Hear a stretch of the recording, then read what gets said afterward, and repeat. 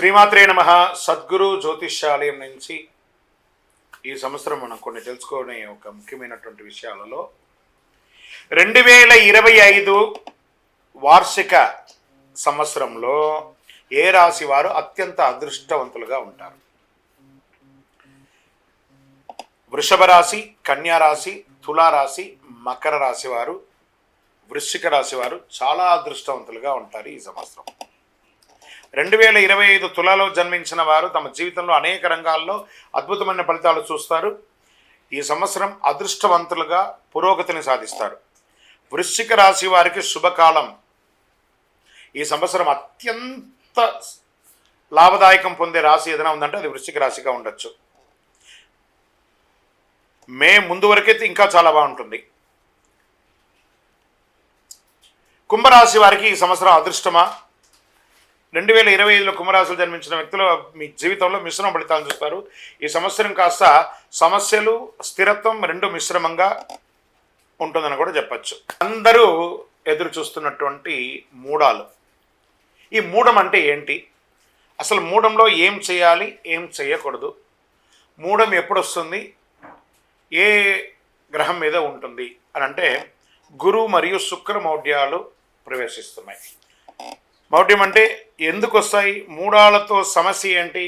ఈ రోజుల్లో శుభకార్యాలు చేయొచ్చా, చేయకూడదా? చాలామందికి ఇది ఒక ప్రశ్నగానే ఉండిపోతుంది. మూడం అంటే నవగ్రహాలు సూర్యుడి చుట్టూ తిరుగుతూ ఉంటాయి. వీటిలో భూమి కూడా ఆ గ్రహమే. భూమి, సూర్యుడు ఒక గ్రహానికి ఒకే వరుసలో ఉన్నప్పుడు ఆ గ్రహం భూమి మీద ఉన్నవారికి కనబడదు. దీన్నే అస్తగత్వం లేదా మూడం అంటారు. సరే, గురు మూడం, శుక్రమూఢ్యం.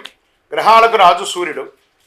సూర్యుడికి అత్యంత సమీపంలో ఏ గ్రహమైనా వస్తే ఆ గ్రహం తన శక్తిని కోల్పోతుంది.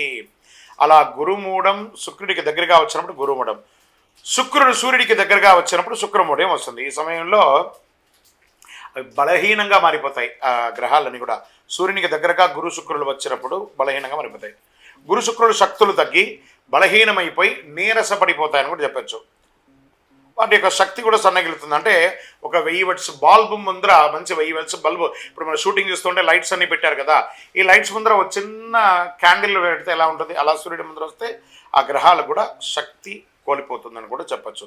గురు శుక్రులు శుభగ్రహాలు కాబట్టి అవి సూర్యుడికి అత్యంత దగ్గరగా ఉన్నప్పుడు మూడాలుగా దాన్ని పరిగణిస్తారు. మూడాలు ఇలా అంటారు. ఈ రోజులో ఎలాంటి పనులు చేయకూడదని చెప్తారు. ఎందుకంటే ఈ శుభకార్యానైనా గురు శుక్ర గ్రహాల బలమే ప్రధానం. గురుబలం ఉందా, శుక్రబలం ఉందా మొదలుపెట్టనంటారు కదా, అవి లేనప్పుడు ఈ రెండు గ్రహాలు బలహీనమైనప్పుడు ఏది చేసినా కలిసి రాదు అని చెప్తూ ఉంటారు. మూడంలో ఏ కార్యక్రమాలు నిర్వర్తించకూడదంటే శుభగ్రహాలు గురు శుక్రులు బలహీనంగా ఉన్నప్పుడు కాబట్టి మూడాల్లో వివాహాది శుభకార్యాలు, ఉపనయనాలు, గృహప్రవేశాలు, భూమి పూజలు, శంకుస్థాపన నిషిద్ధం. పుట్టు వెంట్రుకలు తీరాదు, ఇల్లు మారకూడదు. సరే, మూడాల్లో ఏమేమి చేసుకోవచ్చు అంటే అన్నప్రాసనం చేసుకోవచ్చు, ప్రయాణాలు చేయవచ్చు, ఇంటి రిపేర్లు చేసుకోవచ్చు, భూములు కొనడం, అమ్మడం, అగ్రిమెంట్ చేసుకోవడం, ఇవన్నీ చేసుకోవచ్చు. నూతన ఉద్యోగాల్లో కూడా చేరవచ్చు, విదేశాల్లో ఉద్యోగం కోసం వెళ్ళొచ్చు, నూతన వాహనాలు కొనవచ్చు, నూతన వస్త్రాలు కూడా కొనుక్కోవచ్చు, ఇవన్నీ చేసుకోవచ్చు.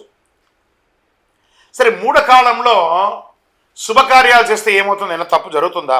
మహర్షులు జ్యోతిషాస్త్ర రీతిగా పండితులను అనుభవస్తులు చెప్పిన దాని ప్రకారం మూఢం సమయంలో ఏదైనా శుభకార్యం చేసినా అశుభం వినాల్సి రావస్తుంది, కష్టం కలగవచ్చు, నష్టం వాటిల్లవచ్చు. అందుకే మూడాల సమయంలో శుభకార్యాలు చేయకండి అని అన్నారు. గురు శుక్ర మౌఢ్యమి దశలో ప్రవేశిస్తున్న ఈ రాశిపై ప్రతికూల ప్రభావాలు అధిగమించడానికి నివారణ కూడా మనం చేసుకోవచ్చు. రెండు శుభగ్రహాలు తమ శక్తిని కోల్పోతుంది కాబట్టి వివిధ రాశులపై, మన యొక్క 12 రాశులు ఉంటాయి కదా, ప్రభావాలు చెప్తున్నాయి. జ్యోతిష్ ప్రకారం ఒక గ్రహం సూర్యుడికి దగ్గరగా ఉన్నప్పుడు ఇది జరుగుతుంది కాబట్టి ఆ రాశులు ఎవరు, ఆ నక్షత్రాలు ఎవరు మనం చూద్దాం. గురు మరియు శుక్రమౌఢ్యం కలిసినప్పుడు 7 రాశులకి 7 నక్షత్రాల వారికి ప్రధానంగా అశుభకరం కాబోతుంది. ప్రతికూల ప్రభావాలు ఎవరు రాశి నక్షత్రాలు ఎక్కువ ఎదుర్కొంటున్నారని చూస్తే మేషరాశి వారు, వృషభ రాశి వారు, మిథున రాశి వారు, కర్కాటక రాశి వారు, తులా, ధనుసు, మీన రాశి వారు కాస్త ఇబ్బంది పడే అవకాశాలు ఉన్నాయి. మరి నక్షత్రాల్లో పూర్వ పల్గుని నక్షత్రం పుబ్బ, ఉత్తరాషాఢ నక్షత్రం, కృతికా నక్షత్రం, అనురాధ నక్షత్రం, ఇవన్నీ కూడా కొంచెం ఇబ్బంది పడే అవకాశాలు ఉన్నాయి. మరియు శుక్రవారాల్లో పుట్టినటువంటి వారు వీరికి కొంచెం ఇబ్బంది పడే అవకాశాలు ఉన్నాయి. నక్షత్రంపై మరియు శుక్రమౌఢ్యం ఈ ప్రభావం ఎలా ఉంటుంది? వేద జ్యోతిషకుల మౌఢ్య దహనం తిథి సూచిస్తుంది. ఇక్కడ ఒక గ్రహం సూర్యుడికి దగ్గరగా ఉండడం వల్ల రాబోయే గురు మరియు శుక్రమౌఢ్యమి ఒక ముఖ్యమైనటువంటి ఖగోళ సంఘటనను సూచిస్తుంది. కొన్ని దేశాలలో అనర్థాలు జరిగే అవకాశాలు ఎక్కువ కూడా ఉన్నాయి. గురుమౌఢ్యం సమయంలో జ్ఞానం విస్తరణ మరియు దయ యొక్క గ్రహమైన బృహస్పతి అతి శక్తిని కోల్పోతుంటాడు.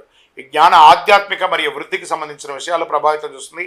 కాబట్టి ఈ పర్టికులర్ రాశి వాళ్ళు చదువుకునే వాళ్ళు కానీ విద్యార్థులు కానీ చాలా శ్రమ పడాల్సి ఉంటుంది. బృహస్పతి యొక్క సానుకూల ప్రభావాలతో తాత్కాలిక తగ్గుముఖం ఉంటుంది. ప్రేమ, అనుబంధం, బంధాలు ఇవన్నీ కూడా కొంచెం ఇబ్బంది పడే అవకాశాలు ఉన్నాయి. ఒకళ్ళు భార్యాభర్తల మధ్య సఖ్యత కోల్పోవడము ఇవన్నీ శుక్రమౌఢ్యం ద్వారా వస్తుంది. వృషభ రాశిలో గురుమౌఢ్యం సమయంలో బృహస్పతి యొక్క సానుకూల ప్రభావాలు బాగా తగ్గుతుంది. ఆస్తులు కొనడం, అమ్మడం, కొత్త పని ప్రారంభిస్తారు. వివాహ నిశ్చితార్థాలు, గృహప్రవేశాలు, కొత్త వ్యాపారాలు ప్రారంభిస్తారు. కొంత గురుమౌఢ్యంలో కొన్ని రాశులు మిగతా రాశుల వారికి లాభం అని చెప్పని చూసారా బృహస్పతి ప్రభావం కూడా ఉంటుంది. రాహుకేతు మరియు శని మరియు కుజుడు వంటి సహదుష్ట గ్రహాల ఆధిపత్యం చలాయించి గరిష్ట స్థాయిలో ఫలితాన్ని ఇస్తారు ఈ యొక్క దీంట్లో.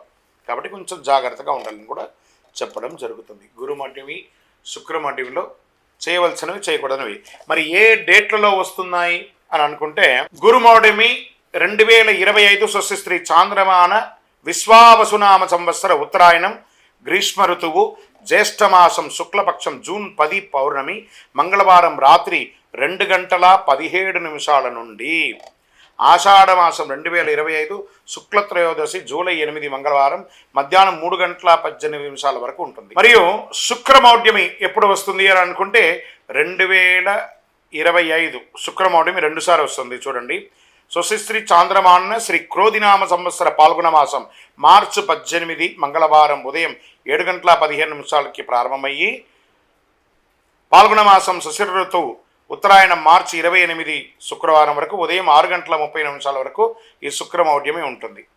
శ్రీ చాంద్రమానైన విశ్వావసునామ సంవత్సర దక్షిణాయనం హేమంత ఋతువు మార్గశిర మాసం శుక్ల దశమి ఆదివారం నవంబర్ 30 మధ్యాహ్నం 1:58 ప్రారంభమయ్యి శుక్రమౌఢ్యమి 2026 సంవత్సరం ఉత్తరాయణం మాఘమాసం కృష్ణ ఏకాదశి ఫిబ్రవరి 13 శుక్రవారం రోజున ముగిస్తుంది. ఈ సమయాలలో శుభాది కార్యక్రమాలన్నీ కూడా నిషిద్ధమని కూడా చెప్పడం